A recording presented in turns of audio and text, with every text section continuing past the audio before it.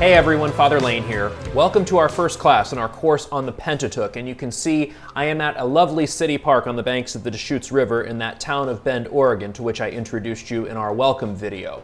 Today we're going to begin with a topic that I find foundational in biblical studies, but especially in our study of the Pentateuch, and that is what I call 3D readings of the Bible. That is, reading the Bible with attention to three dimensions: history, geography, and literature, or in other terms, time, space, and artistry, or communicative devices. We're going to be looking at all three of these dimensions. Today we're especially going to focus on the historical dimension. As you look at this map, you'll note that there's three main regions in the Holy Land. That is the part of the world that's of interest in most of the Old Testament. In the far east, we have Mesopotamia, that is the land between the two rivers, the Tigris and the Euphrates. We have, in the far western part of this map, we have Egypt with its Nile River, and then in the middle, we have Syro-Palestine, or the Holy Land properly speaking. This is the land that will become Israel, Judah, the Promised Land, and its surrounding areas. All three of these areas are different geographically. We'll talk more about why in our next class, but for now I want to talk about the history that ensues over several millennia in this land. If you look at this chart, those of you who've had me for my pre-theology course before, or have taken a more basic introduction to the Bible course, you've seen a simplified version of this chart. This is the more advanced version. This is the more informative version. It goes all the way back to before 3300 BC, the 4th millennium BC. Collectively, we call everything that happens before then the Stone Age. In reality, all of these eras before 3300 BC are broken down into eras that have names like Paleolithic Age. They have that suffix lithic in them. Lithic comes from the Greek word for stone. So we can just collectively call all of this the Stone Age. This is before there were civilizations, properly speaking. You only had the earliest beginnings of cities, of communities. Civilization was in a very primitive form before this time. But then in 3300 BC, we have the invention of cuneiform script, the invention of writing in Sumeria. And you can see on the right column, you'll notice that there are some places named in red, others in blue. The red are empires or kingdoms or societies based in Mesopotamia, between the Euphrates and Tigris River, on the eastern part of that map I just showed you. The blue indicates Egypt. These societies, both in Mesopotamia and in Egypt, are able to survive because of their respective rivers. The rivers not only give water that is good for drinking, but also water that is good for irrigating crops, which makes stable society, city-based society, possible.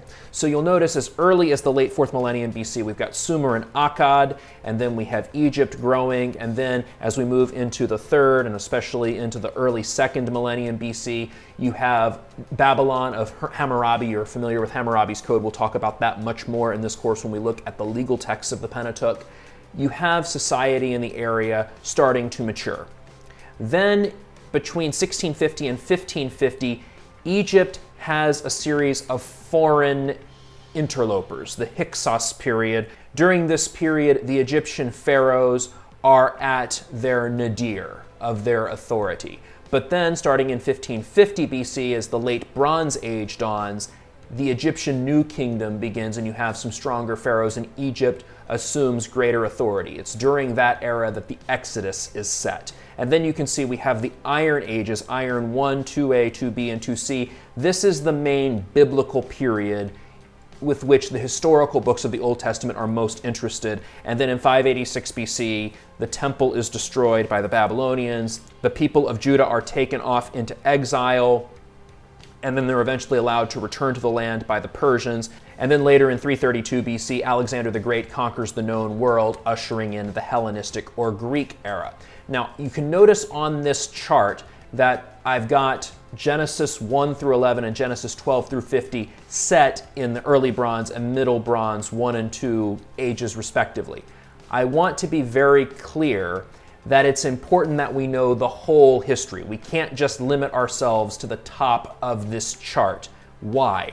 Because when we read the Pentateuch, it's being written, edited, and accepted as authoritative much after the events themselves were set. For example, we read here in Genesis chapter 10, verses 8 and then 10 through 11, Cush became the father of Nimrod, who was the first to become a mighty warrior on earth. His kingdom originated in Babylon, Erech and Akkad, all of them in the land of Shinar. From that land he went forth to Assyria, where he built Nineveh, Rehoboth-ir, and Calah. This is important. In Genesis, it's not enough for the inspired author to tell us about Israel's origins. The inspired author must tell us about the origins, and I will add ignominious origins, of the surrounding peoples. Many of the stories we read in Genesis are much richer and indeed much funnier, much more enjoyable when we realize not only is the inspired author telling us a story about Israel's origins, but the inspired author is shaking his fist at the man. He's telling off and mocking these oppressive imperial overlords. So in this passage, the inspired author is mocking the Assyrian and Babylonian empires. Nineveh was the capital of Assyria when the Assyrians would exile the northern kingdom. I just alluded a moment ago to a fourfold distinction that's very important. There is a major difference between when a narrative like those that we read in the Pentateuch is set versus when it was written, much less edited or redacted, and then accepted as canonical. There's a world of difference between these four terms. Events are set whenever they're said to have occurred in the text. Setting is a literary characteristic. So the narratives are set perhaps in the much remote past. The creation stories are set at the dawn of time, but they were written much later. And indeed, they may have been written in phases if there were different sources that were later fused together. We'll talk about that in later classes. Let's look at a place where this distinction is crucial. Here we are in Genesis chapter 19. This is the aftermath of the story of Sodom and Gomorrah. Lot's daughters commit incest with him and become pregnant. Let's hear what happens next. Thus the two daughters of Lot became pregnant by their father. Their firstborn gave birth to a son whom she named Moab, saying, "From my father." Literally, that's what Moab means. Moav, from dad. He is the ancestor of the Moabites of today. The younger one, too, gave birth to a son, and she named him Ammon, saying, "The son of my kin." He is the ancestor of the Ammonites of today. When is today? There's a gap between when this story is set, which is in the remote past of the patriarchs, and the today in which it's being written. So sometimes the text will tip us off about the distinction between set and written. Very important to keep this distinction in mind. One final topic for today is to look at how biblical texts and archaeology interrelate. Sometimes people get a little confused or they're threatened. They think that we're playing the biblical text up against archaeology as though they're competing with each other.